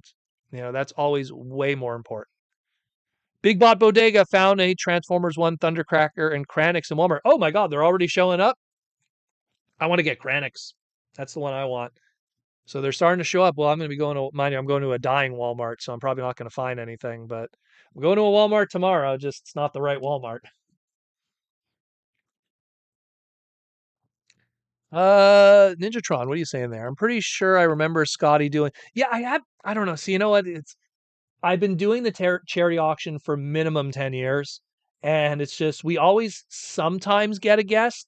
The problem is it's hard. Look, it's all a part of the contract. It's hard to convince the guests, hey, could you come here and waste your voice on this and stuff. Like it's hard, but once in a while we'll get someone to come down and help. And I remember Scotty, but I'll be honest, like every time they do it, they realize it wears you out. 45, it's not easy to do. Like I wouldn't be able to do it, I'll be honest. Like I'm much better sorting, picking the right items, and then explaining it on the microphone before Ian then goes da da da da da da da. Like I'm not going to go 40, 50, 40, 50, 50. I'm better at like, okay, this is like, I sort things by category and I go, yeah, these are valuable items. Let's do these first. Oh, these are less valuable items. Let's do that for the make a deal afterwards, or we'll batch it in a lot. Like a lot of times people will donate stuff and I'll put it aside because I'll be like, oh, yeah, like we're probably going to get donated other stuff and I could do it in a lot. Like, oh, put all these Beast Wars toys together, or we'll put all of these together. Like I'm not going to sell Baboom on his own, but if like someone donates a whole bunch of other Beast Wars toys, we could do a lot and sell it for 30 or 40. And I mean, that's a great deal. And the charity auction is always a great deal. You got Kranix yesterday. He's pretty solid. He's the one I'm looking forward to the most just because he's that weird Marvel comic transformation style. And it's just cool to get a Kranix figure, that isn't like that little one or a third party one, you know? James says, I saw Ratchet, Smokescreen, Cliff Jumper, and Swerve picked up Swerve. Swerve's another one I want to get too, because I love my mini bots, and that's screen accurate, 5 Faces of Darkness Swerve. Like, I like that style of design. It's really nice. I'm not big on the IDW Swerve. I know he's a fan favorite, but I really like that old animation Swerve, you know? And then they'll do like a red face one with the retro card, and then they'll do the IDW one at some point and give him his big gun. You know, I'm sure they'll do it all, you know. And Power Glide's the other one too. Yeah, it's true, James. Power Glide also is the other one I want to get, because that one I have a little bit of a selfish connection to, because I own the animation cells from The Girl Who Loves Power Glide, and me and the guy who wrote that episode, who's no longer with us, David Wise, he was like kind of a personal friend. So I like Power Glide just because of all of that, you know, that deep connection of it with Historia and his heart, you know. They remolded a lot on Swerve. Oh yeah, totally. Well, you knew it was going to happen. You know, the moment we saw Gears, it was like, it's coming. Tformers 2002, the robot mode has almost no indication he transforms. Well, it's something that I call it the black magic of Transformers animated. I firmly, when I look at Transformers animated toys, and I'm doing this because that's where my animated collection is. You can kind of see a little bit of it over there in the corner. Every time I look at animated toys, I feel like when animated came out, especially like, when you look at stuff like Prowl or Hot Rod or Rodimus Major, whatever they called them, even a little bit of some of the others like Blur, they really learned a lot from animated that then was applied to an open budget like Masterpiece, and then parsed down backwards to mainline afterwards. And there's a lot of figures that they have like that animated kind of like engineering. And that's a shout out to Eric Siebeneller, Alex Kurbinski, who worked on Bumblebee and a few others. Like, but Eric and Alex, those were the two like designers that were really good at, making magic and making like stuff look like it doesn't transform, getting rid of the kibble, so to speak. I mean, if you look at like animated Hot Rod and Robot Mode, it's like there's a car there. Where? Because especially up to that point, if you looked at Classics Hot Rod, the car is the legs. You look at G1 Hot Rod, the car is the legs. And then you look at animated Hot Rod back then, you're like, where does the car go? You know? Like, so well done. And it's not me being biased because Hot Rod's my boy. It's just what a fantastic figure. But even Prowl has that too. Blur has that also, that magic, Deluxe Lockdown. Deluxe Lockdown is bigger than 90% of that line, and he's a deluxe. He's so tall. So tall. Deluxe Lockdown, you put him next to any modern Transformer toy today, and it's embarrassing. But a great figure too. The only thing this is the wrists were kind of weird, but otherwise great figure. Just don't get his clear version. Very very finicky. Where are we at here? Rodimus Supreme Proto, after checking Kingdom Cyclonus, it seems that Hasbro retooled the back covers off of the Studio Series 86 mold entirely. The hinges are not there. Huh? Really? That would be weird. That would be weird. It's true if the hinges aren't there. Let's go back to that slide. Let's go back to the slide. Let's go to the... Yeah, looks like... Let's zoom in on it. Oops, not that. Let's zoom in on it. Enhance. Enhance. Oh no! No hinges. So it would be like that. There'd be a hinge showing. Oh no. You might be onto something, Rodimus Supreme. Oh no. Why? Why? That's terrible. I'm doing like the voice from The Simpsons, the nerdy guy. Why? Oh my god. Why? I'm still hoping we're missing half the story here. That's not good if that's true. Oh well. Well then now we can't even take it from this one. and put it to that one because the piece is so we're gonna have to take the entire piece now, and that's on a pin. Oh no. Ah, just when you thought we got away, they pull us back. Well then, we will see what happens. We will see what happens. That's crazy. That's crazy. I really hope it wasn't a budget issue. I really hope that it wasn't because everything was tooled differently, that they were like, well, we don't have enough budget for the injection. I really hope that's not the case. That would be really sad. Oh well, guess we're gonna have to wait for Masterpiece, Cyclonus. Every time I look at my Masterpiece display, I'm like, that's the end all be all, you know? That's the end all be all, you know? Like good old Yamabuchi, you know? I'm always about like we got to get to that apex figure sooner or later of some of them.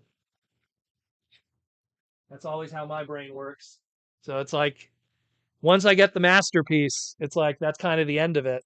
It's like I don't think I'll ever get, another. I'm trying to think of one that's a good example. Like Masterpiece RC, I'm pretty satisfied. Masterpiece Wheeljack, I'm pretty satisfied. Masterpiece Sideswipe, oh my god, am I satisfied on that one? Some of them it's like I don't have to go out of my way. Oh, Battle in Space 2-pack, Battle in Time 2-pack Sideswipe. I need to get that. I'm like, I have the Masterpiece. It's amazing. And back then that was like $60 that thing. Yeah, I'm hoping it's an early test shot, you know, kind of just weird thing. I really hope that's the case. James, there is a hinge on the side of the leg too. So they redid the leg and opened up for man, man, I don't know. It's true, It probably collapses different. I do not know. I do not know. That's a weird one. That's a weird one because it's such a stellar figure, you know? This is such a great figure that for it to like not get it done, man, I do not know. You know what they need to do? They need to like sculpt a little Galvatron in there. That would be cool. Surprised they didn't do that. That'd be like the final nail of making it perfect. Have a little Galvatron in there. Um, it does look comically bad in all modes. Which are we talking about here? Who are we talking about? Are we talking about the cliff jumper? Are we talking about because it can't be about Cyclonus? Cyclonus looks great, man. Cyclonus is awesome. This is such a great figure. Yellowing aside, that it's like it's such a shame that we're still not perfect yet. Nexus? Oh no, poor Nexus. Look, guys, let's be real. Nexus is going to be all about getting those limbs and just doing the complete Nexus Prime, and that's it. You know, it's the same way that like tell me how awesome Silverbolt is. Tell me how awesome Hotspot's pretty cool, but tell me how awesome Scattershot is. Some of those centerpieces of combiners, they are what they are. Tell me how amazing you know how amazing to use a weird example, a really weird centerpiece. Tell me how amazing Blacker is from Road Caesar. Actually, I like Road Caesar. But Nexus Prime, if you have him in robot mode, he represents your Transformers 1 Nexus Prime, which they'll probably do that deco at some point in the future because they got to do something with it. And then the colors that it currently is matches the Transformer Collector Club colors, Jesse Witherich cover colors, as I like to call it, Pete Sinclair colors, and that you'll have that displayed in combine mode. To me, in all honesty, like right now we have right now as of right now the original 13 are complete, but I would really like it if they gave us something instead of Star Optimus. as the 13th. Like, give us Zeta Prime. Give us whoever will be the next Matrix bearer, even if it's like, Primon or Sentinel or whoever they want to go with in their lineage, in their own canon. Zeta Prime would probably be the best one, but give us Zeta Prime because, in my opinion, when I picture the 13 altogether, the combiner should be the one towering over everybody. You know, Nexus Prime, Nexus Maximus for some people, you know, where the 13th should just be with all the others smaller. So when I see like these group photos of all the original 13 now assembled, like the toys from Age of the Primes, and seeing Star Convoy or Star Optimus tower over them, it's just kind of weird. It's kind of weird. Star Optimus in lore happens so much later in the lore of G1 that for it to be there is silly. It doesn't make sense. You know, that shouldn't be a 13th. The 13th is the Matrix Bearer. Optimus is the 13th. Rodimus is the 13th. Later on, Star Optimus, Star Convoy is the 13th. That's the 13th.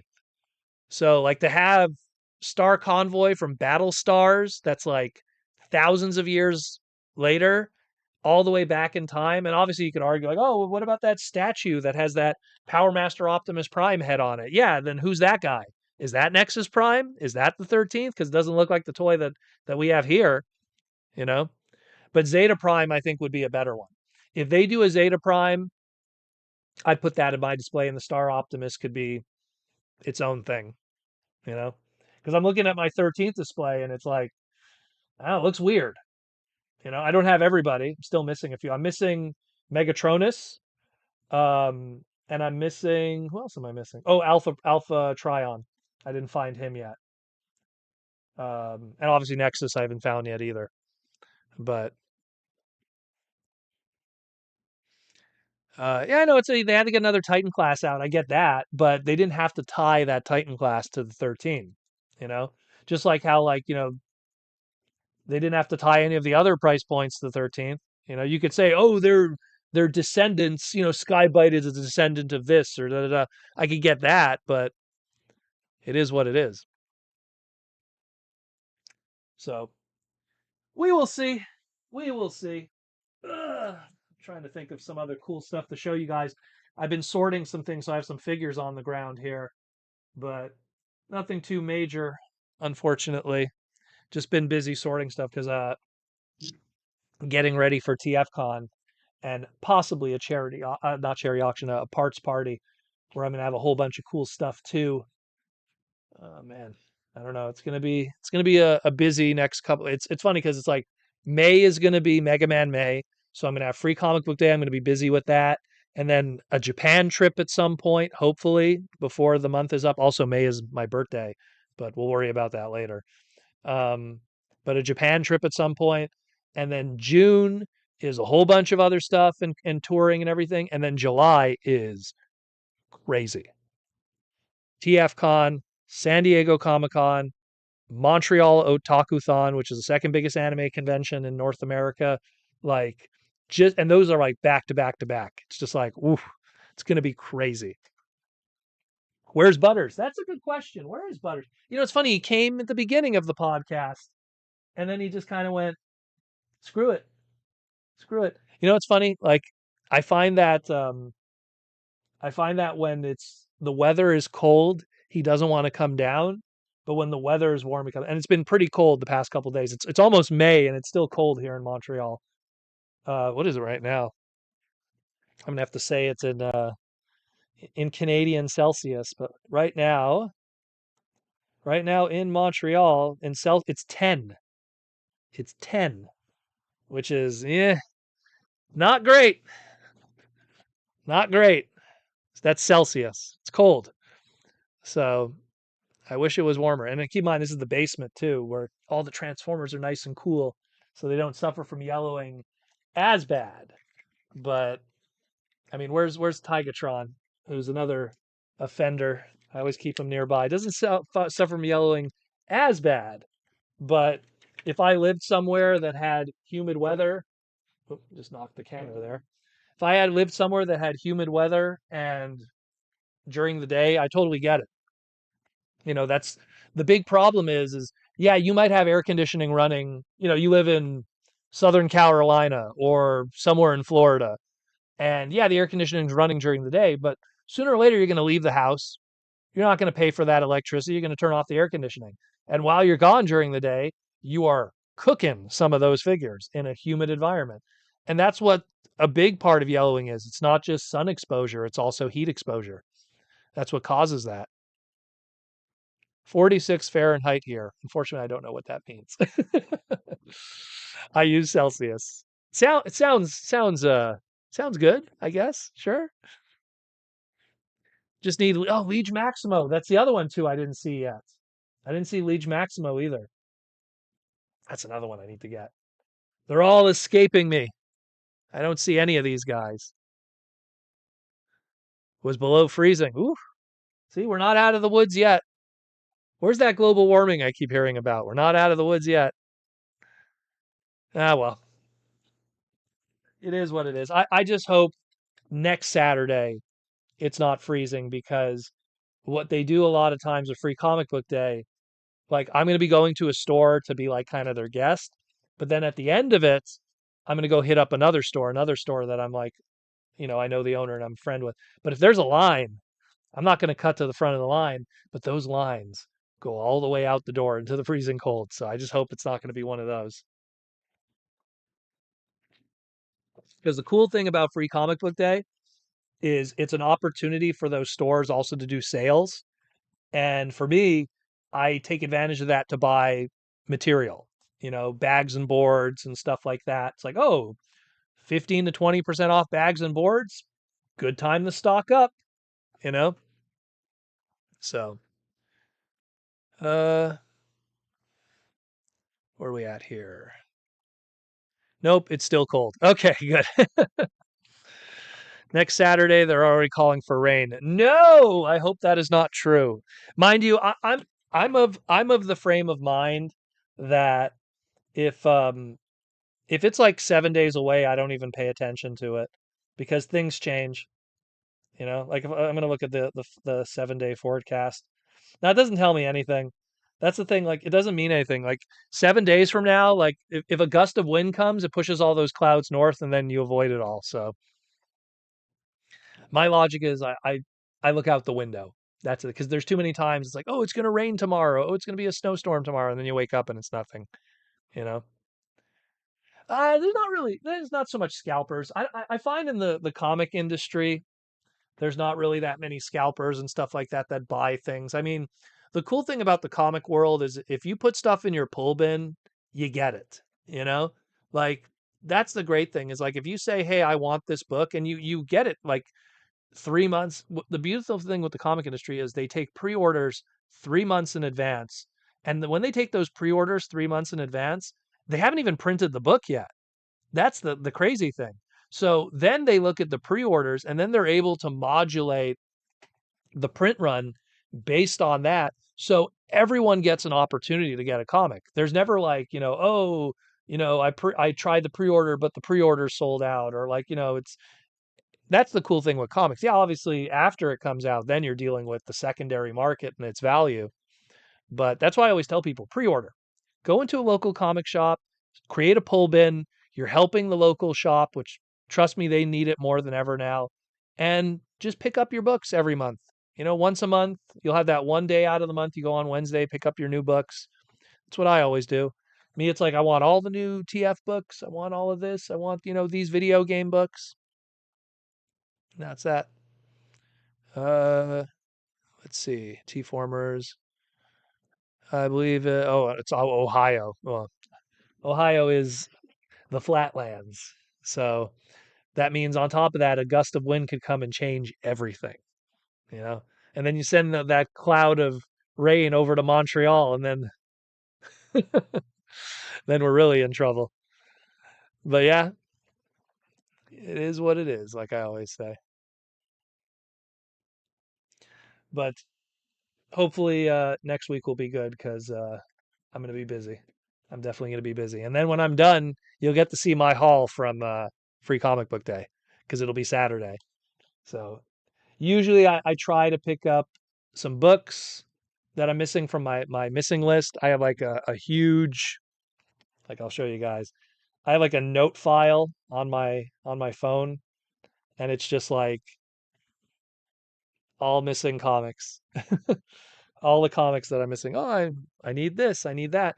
Like it's like I collect both versions of G1 Marvel. Like I have a complete run of G1 Marvel, but it's not a complete run of every version.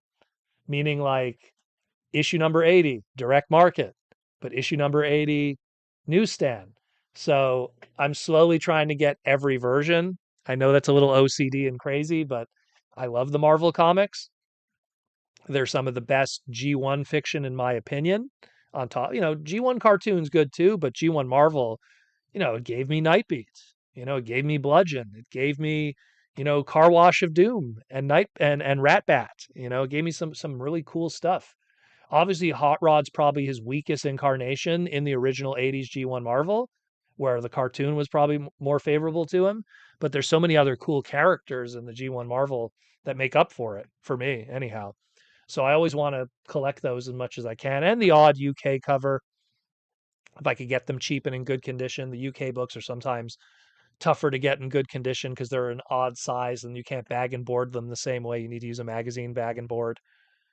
So, I mean, I love it. I love comics. I love the medium. I love its simplicity. I love its affordability. Anyone could get into comics. It's a very low barrier of entry in terms of monetization, you know. If you wanted to buy a Transformer figure, the cheapest out in the retail market, the cheapest figure is a deluxe, unfortunately, unless you're going into like the partner media stuff like Cyber World and stuff. Then I think what is it, $11 is the cheapest item. Yeah, I think 11. No, that's Canadian. 9.99 is the cheapest item American. You know, yeah, Blaster's awesome with Straxus, Smelting Pool. What was that issue number 16, 15? You know, Blaster's awesome in those books. Goldbug has his own unique journey with Wheeljack. Excuse me, with Ratchet. You know, Tom Laney, do you catalog your collection on a program or I what I do with my Transformer collection is it's so archaic and it's only because it shows how long I've been cataloging.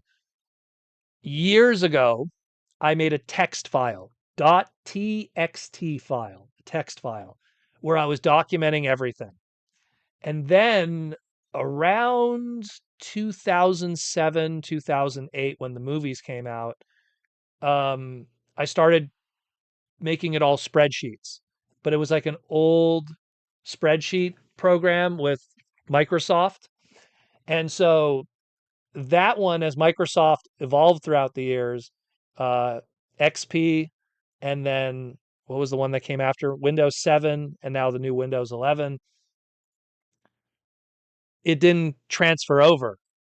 It didn't work properly. It was screwing up my spreadsheets. So the text file was always consistent. So now I keep all of my stuff in text file because it could always be transferable to any medium. A text file could be turned into an email. A text file could be turned into an Apple file, even though I use PC. So I just stick with text. It's literally just a text file that documents everything that how I work is, and it was an idea that my father told me. If you're missing more than you have, then just document what you have. If you have more than you're missing, then document what you're missing, which is smart, actually. So, 99% of it is just me listing what I'm missing and then documenting that. Um, and everything that I have, unless mentioned otherwise, is in perfect condition. So, like, if you went to my list, it would say, yes, I have Dino King, the original Dino King, but XYZ needs to be upgraded. Like, oh, this figure is missing his gun or his gun is in bad condition. So, like, I always like keep track of every little piece and part. And I actually, I think it's upstairs. I brought it because I brought it down recently, but I think I brought it back upstairs. I even have a box of parts of like, oh, do I have extras of these or anything? Because certain Transformers, it's like, oh, they came with 9 missiles, but you don't need all 9 missiles on the figure, but I still have to keep all 9 missiles, so it's like that silly kind of stuff. So, notepad, text files, that's always been my go-to, how I document everything. And then like with comics, it's the same thing. It's a note file on my computer, and then I email it to myself to my Apple phone, because I work all PC. This is all PC stuff, but I work Apple with my phone. It's only because I inherit my phone from my wife. I don't care about getting the latest phone. She gets the latest phone, and then I take hers because I don't care. That's why it's a pinkish wine color. I just put a Proto Man logo on the front of it, and I call it the end of the day because I don't care. I mean, personally, me, I would love to have the latest Android because it's a lot more flexible, but I don't care. It's a tool. It's a device. It doesn't matter to me. Um, but PC has to be PC because PC has that flexibility I love. So with my computers, my laptop, which we're streaming on right now, and then the computer behind it. I have 2 screens. But to me, uh, what was I talking about before? But to me, it's like I always just document everything in Notepad. Comic books, action figures I'm missing, books that I'm missing. Like, oh, what Animorph books I'm missing? Like, that's a real thing. Like, I collect Animorph books.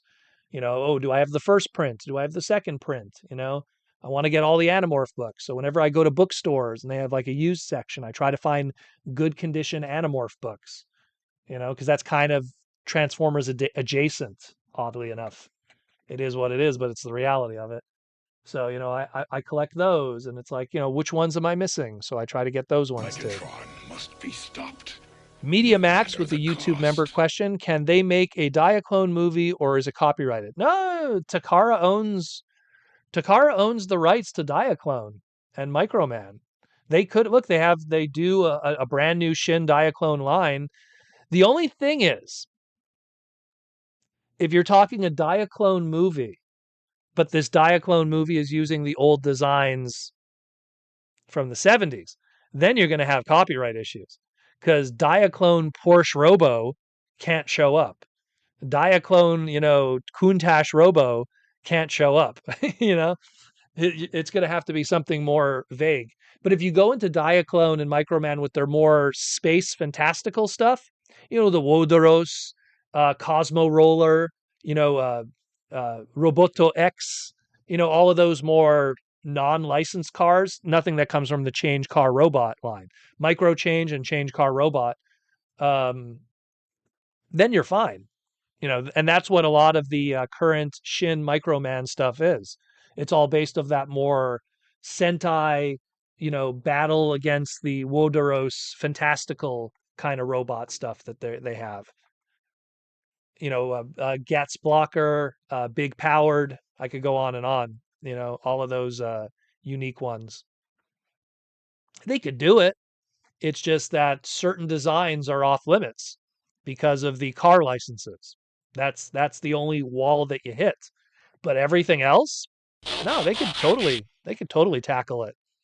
They've done they've done little animation movies to promote the Shin Diaclone stuff.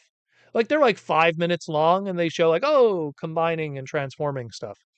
You know, they've done it. Rudy Mac with the $5 super chat question.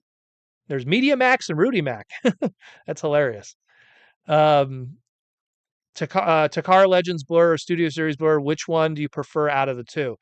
That's a tough one because Takara Legends Blur is really good, like really, really good, but it has that headmaster element that is doesn't make the head perfect.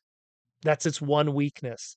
Where I like the Studio Series Blur, but I hate the arms. And I feel we're not done yet. I look at the Legends Blur, I look at the Studio Series Blur, and Media Max, right? Rudy Mac. I just want to look up something right now in real time because I want to see who designed who. You know what I mean? Because that might also tell me a lot. One moment. Let's do this in real time. Let's do Draco Rex's question. Any word on the Mega Beast Samurai 2 pack? I'm pretty sure. Is there a release date on that already known? for that one? That should be coming out soon. No? That one should be coming out soon. I mean, Takara wouldn't leave people hanging on their side of things, and Takara was the one who wanted to have those even made, you know? United Blur is a good one. Well, that I have it right here. That mold, the Casey Collar Blur, as I like to call it, right? This thing is fantastic. That's why I keep it close by. I literally had this figure on the top of my tower for the longest time because one of my favorite comics is Spotlight Blur, mostly because I love racing. I did race a lot of racing back in my youth, and Blur represents that professional racing culture, and I think it's so cool. And Spotlight Blur really represented that in a lot of ways. And the Casey Collar Spotlight Blur book is awesome. Okay, so let's go into it right now. So, John Warden, really? John did it? There's no Takara? Oh, yeah. So, John did that one. And Ajima-san. Okay, so John Warden did the Headmaster one, which became the Legends version. And Ajima-san did the Studio Series one. Now, John is really good at designing, but Ajima-san, I mean, his history, gosh, Ajima-san got, his first Transformer that he designed was Action Masters. And then he would then go on to do like, Beast Wars stuff and everything that were really well designed. But I think like, what was his first one? I think it was Bombshell. I think that was the first one Ajima-san did. Let me double check that. So I don't leave you guys. Ajima-san, what's Ajima-san's first name? I think it's Takao? Takao Ajima-san. Yeah, it was, see, Proto Man, I'm crazy. Yeah, Bombshell was his first thing that he designed. I don't even know how I know this off the top of my head. I'm a psycho. But Ajima-san, you know, like he did action figure stuff. And so and he did some good Beast Wars stuff too. I think it's just maybe, I don't know, he struck out on that one because I'm not a fan of that Blur. I'm with you there. Like the Legends one is really good. I just don't like the head on the Legends one because it has to be a Titan Master. That's always been its weakness. Do you think Blocky's Transformers will last? Seems the newest toy model companies are actually pumping out stuff. Well, you can't beat Blocky's. The thing with Blocky's is they have the license. They got the license cheap, and it's all done internally in China. So the costs are cheap. Like, you want to know when you have to worry about Blockies? When they start increasing their prices. Think about how long Blockies have been around and all the other price increases we've experienced across all the other platforms. And Blockies has been consistent this whole time. All their price points, Galaxy, Champion, Action is still pretty new, but Champion was around and Galaxy was around. And they've stayed consistent since day one, their pricing. So they're good. They're good. They have it figured out, man. They have the factories, they have the quick turnaround. Like they're able to make product and turn it around just as quick. They have all these other licenses that seem to be doing very well. So I think Blockies is doing just fine. And it's not just because I like Blockies. I legitimately, as a business, I think they're doing well. Like I love Super 7 stuff, but Super 7 as a business, they need to get their effing, I don't want to swear, they need to get their stuff together. That's a company that, whew, I wish they had stuff figured out. Like they need to like hang out with Nacelle or something. And Nacelle, I like their biker mice stuff. I like their cowboy stuff. Some of their other stuff I can live without. But Super 7 does a ton of great stuff. But as a business company, oh my God, they need to get their stuff together. But Blockies, they're well put together as a company.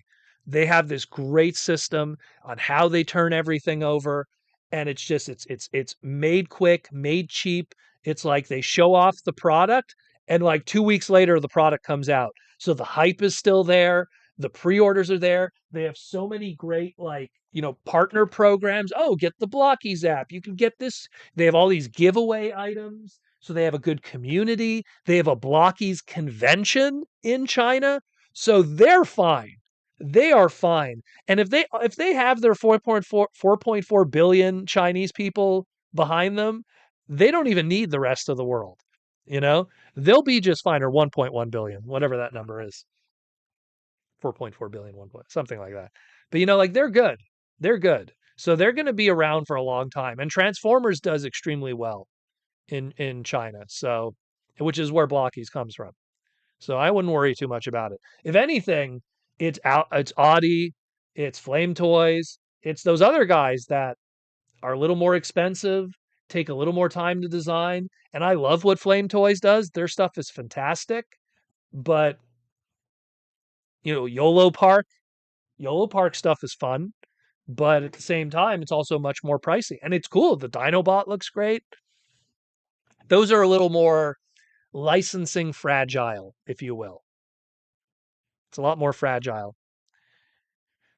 Tformers 2000 picked up the Blockies classics Darth Vader yesterday. Pretty cool. Yeah, the Star Wars stuff. People were telling me their Star Wars stuff is better quality than the Hasbro 3 3/4, and it's cheaper. That's what's crazy. They had like a Luke Skywalker with the removable Stormtrooper helmet, like it's Stormtrooper Luke, and it has the removable helmet. It's sculpted very well, and it's like way cheaper than a 3 3/4 Hasbro. They're crushing it. They're doing what Todd McFarlane did back in 1994, which was when Todd came on the scene and brought Todd Toys, which later became McFarlane Toys, and said, this is how toys are supposed to be made from now on, and changed the whole game. Blockies is making companies like, oh, okay, I see now, Joseph, greetings from Japan. Great stuff here as usual. Damn you, Joseph. I wish I was with you. I wish I was with you, Joseph. That is awesome that you're there.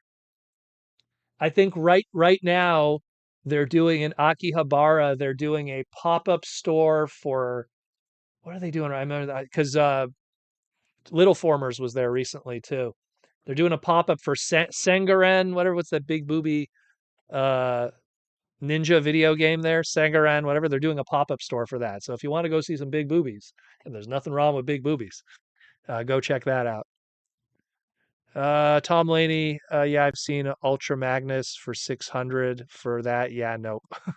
What are we talking about here? Which Ultra Magnus? Koishiwa, Joseph-san. If he's Japanese, it's Jojo. Jojo-san. Jojo. It's JoJo's Bizarre Adventure in Japan. Galactic Gamer. I picked up Blockies fam a while ago. Love the construction and the final product. Dude, like they're incredible. You know? Like think about it, right? This damn figure with all of these decos and everything, and it's like it's almost a 3 3/4. I wish I had a Joe figure nearby to show. Do I have a? No, I don't have a Joe figure nearby. It's all in my upstairs. But like crazy articulation. You know what I mean? Like look how far back that goes. You have great articulation, ankle tilts. All of that. Like look at that. Look at the bicep joint, the wrists. Like you could do some crazy, crazy, crazy poses.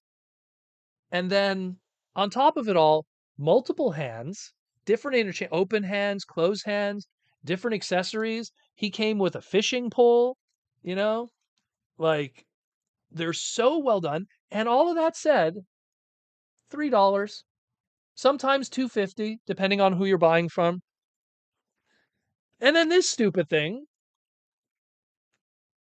it's like, 30? What are we doing here? What are we doing here? No wonder this line died.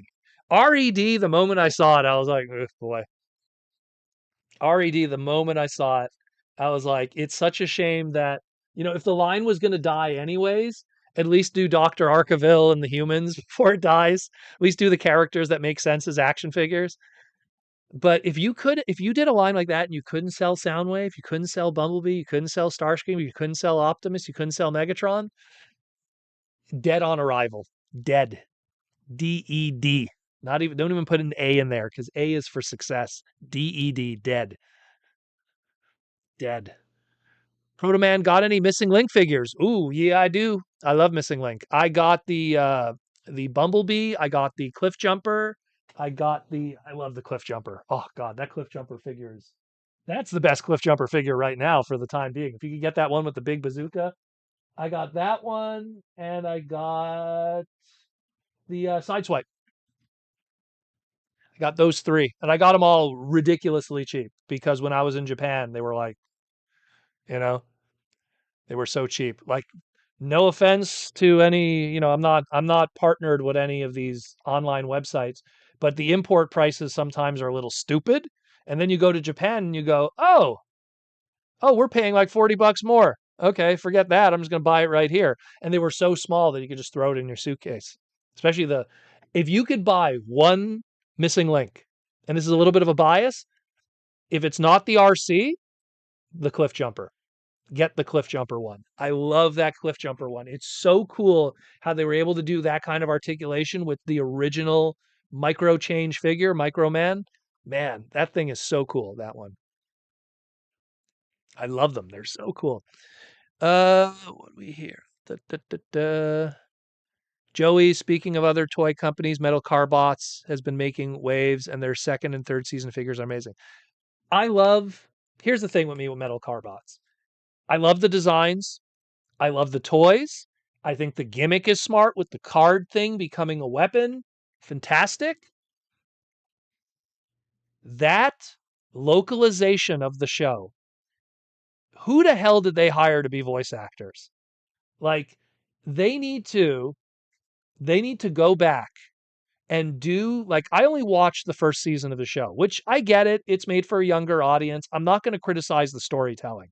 I'm not going to criticize the story, but the voice acting.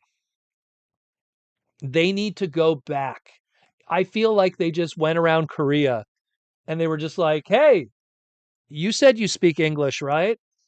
Get in the booth. Okay. Oh my God, I stepped in poop. Like you could, like it's comical. And yeah, Proto Man, you're making fun of people who have accents. When you're localizing something for a Western market to make it have a boom, are you going to tell me like something that was even for kids entertainment's Pokemon is not better than that? You need to have good Western voice actors. Get Scotty in there. I get it. Oh, we got to get, non-union voice actors. Then get people who are hungry. I'm pretty sure any Tom, Dick, and Harry on Twitter who's an inspiring voice actor who's not unionized would love to do that and would do a better job than those people in the Metal Carbots cartoon. That's what's holding people back. Is the voice acting is not great, you know. So it's something where, to me, I mean, hell, I'm not a voice actor, but I feel I could do a better job. I'll be blue cop, you know. I'll be blue cop. I'll be better than the guy that I have the blue cop. I am blue cop. Good to see you. I come from a planet called Machinima. Like, that's literally how they sound. It's terrible. It's terrible. I come from a planet called Machinima. My name is Blue Cop. It's like, you couldn't have gotten like anybody, you know? You couldn't have gotten anyone else. Call Vangelis. Vangelis will do it for free. Vangelis has a great voice. Get anybody. Get Vangelis to do Blue Cop. I'll be whatever that kid's name is. Oh no, I stepped in poop. That's the line that I always remember. Like, wow, some Korean guy who was pretending to speak good English had to say I stepped in poop. But I like the show. It's just I'm pretty sure the Korean version and the Korean voice actors is a million times better, but the Western version, they really need to work on that because that hurts the brand. because what's going to happen is someone's going to be interested. Those figures are going to be in stores one day, and then someone's going to be interested and go, "Oh, metal carbot. I wonder what that's about." And they're going to open it up on their phone. They're going to watch 5 seconds of the show, hear how gratingly bad the voice acting is, and then you lost them. And then you lost them forever. You have only one chance to make a good first impression. I'm a little more lenient because I look at the business side of it, but a lot of people are not like that. And it's just, that's tough, man. That's tough. Metal Carbot guys. I know a lot of people that would love to do the voice acting. Bots. There's a lot of Torontonians that did bots. They were all non-union. They would love to voice for your show and bring some quality voice acting there. No offense to your voice actors, but let's be real. We all want to succeed here in life, and you have to take the correct path to succeed. To quote The Simpsons, sometimes you just like to fail. Sometimes you just want to fail. Excuse me. You don't want to be that. Tformers 2002, what's for dinner? So again, we got steaks, we got sweet potatoes, and we got bok choy. We're going to throw something together. Tonight, we already ate because we had to do a whole bunch of other stuff. We were busy. We actually went to Wendy's. So we were just like, we were in a Wendy's mood. So she had a Baconator. I had a Dave Simple with cheese, pickles, bacon, onion, some ketchup. So that was it. Not the healthiest thing in the world. Wendy's is one of the less offensive of the fast food places. It's probably the best one. McDonald's is garbage. It hits when you need it. And Burger King's the worst for reasons that I don't want to talk about because I worked at Burger King. We're past the 2-hour mark. Damn. Thanks, Proto, for everyone for having a good night. Wendy's changed their spicy chicken sandwich. Oh, I never had their spicy chicken. Never had. I just have the Dave Simple because I'm simple. Anyways, guys, I'm gonna go have a Dave Simple. Take care of yourself. It's funny. I have 2 hamburger transformers within distance of me. I think I'm hungry for a hamburger.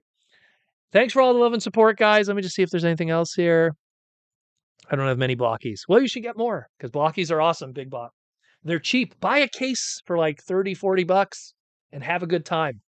Open it up on your Instagram or something. You'll have a good time. Trust me. Peace out, peeps. Thank you. Thank you. But anyways, guys, thanks again for all the love and support. It was another great live stream tonight. Once again, just a reminder, next Saturday, free comic book day. So I want to hear about everyone who went to their comic book store Saturday morning and picked up my book. Check that out, yo. Thanks again, Rudy Mack, for a great show. Thank you.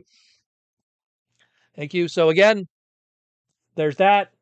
Whole bunch of other stuff, but next Saturday, free comic book day. I want to hear about all the cool stuff you guys got, aside from just what I'm going to get. But aside from that, thank you for all the love and support, and take care of yourself, your friends, your family, your loved one. It's an awesome world out there with all kinds of cool stuff.